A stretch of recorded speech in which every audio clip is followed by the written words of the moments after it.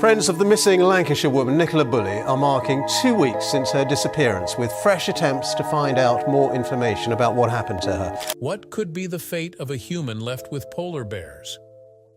In the cold barrens of the Arctic, where the sun rarely visits for weeks, the survival of living things is impossible or based on probability. A young lady was left alone among the towering icebergs and nature's fiercest carnivores, the polar bears. But 2 years later, what they discovered was an unexpected sight. What could this be? Who was she?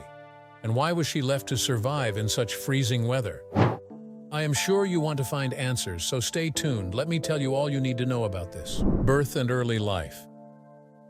Deserted in the Arctic with only a few basic supplies, a frosty temperature, isolation, and wildlife, Ada Blackjack struggled to survive against all odds. After 2 years, a discovery shocked many, making it unforgettable for generations, even after her death. This story is not just a survival story, but a testimony. On the 10th day of May 1898, Ada Delatuk was born in Spruce Creek, a small settlement 8 miles outside Solomon's Village and 40 miles east of Nome. She was an Inuit by birth, but unlike the rest of the indigenes, she did not hunt animals like seals, whales, and caribou or go fishing to earn a living. Her early life was marked by hardship and adversity. Sadly, her father died of food poisoning when she was just 8 years old. Then her mother, Alaska, moved her to Nome, where she was raised in the Methodist missionary school and learned how to read and write to a 3rd grade level. After she could communicate and read formally, she acquired a skill in the missionary. Ada learned how to sew beautiful furry clothes suitable for the weather conditions at that time, housekeeping, and also how to cook white people's food. So, what circumstance moved her from the missionary to the bear's presence? Keep watching to find out. Early marriage and separation. In the 19th century, young girls were given out in marriage to older men, either because of debt, sickness, promises to further the education of the child, pronouncement by deities, or betrothal. On most occasions, these little girls became the 4th or 5th wives of the older men who were old enough to be their fathers. It was seen as a bond that encouraged social stability and moral behavior, allowing a more secure property transfer within the family. Women, on the other hand, were not allowed to own properties, vote, work, or have legal possession of their children. If they ever had an opportunity to work, their wages were a fraction of what men working in a similar position would earn. This was Ada's faith. During the World War, when Ada was just 16 years old, she married Jack Blackjack, a former hunter and dog sled driver, and then the couple moved to the Seward Peninsula. The union was blessed with 3 children. Unfortunately, 2 died, and the couple was left with just a son named Bennett.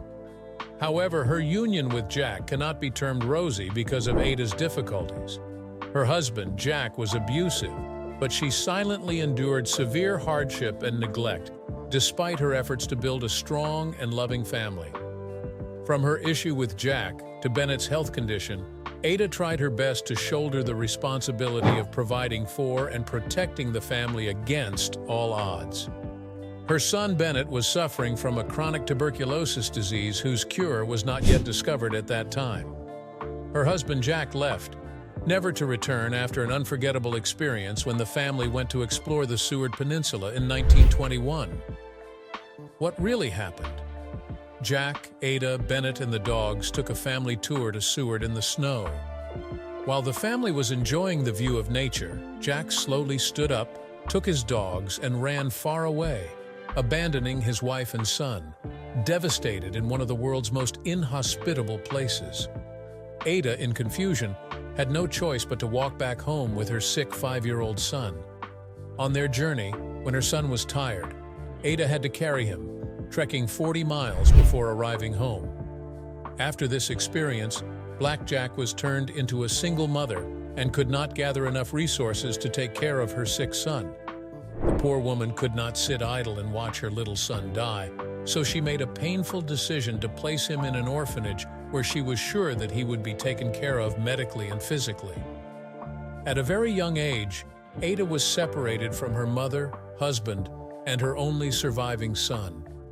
This must have been a horrible experience for her, but she courageously decided to remain focused, believing that the light was at the end of the tunnel.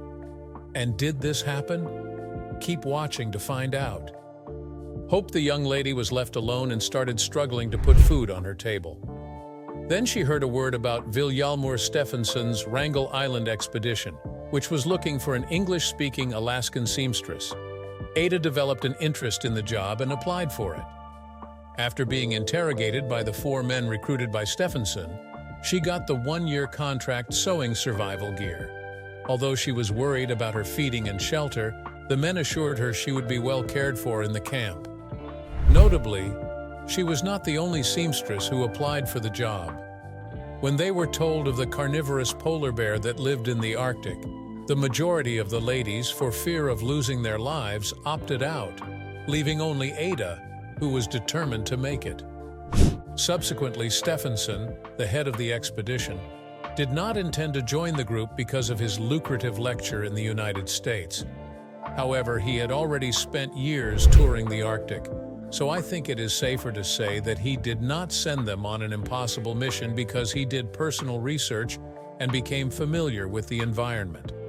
But what kind of man was Stefansson? The rescue and reunion. After the death of Knight, Ada is left alone to survive on Wrangel Island. She studied her Bible and prayed daily that she would be rescued and eventually see her son Bennett again. Ada was unsure of her chances of leaving the island alive or reuniting with her son, but she kept hunting for games, praying and writing in her journal.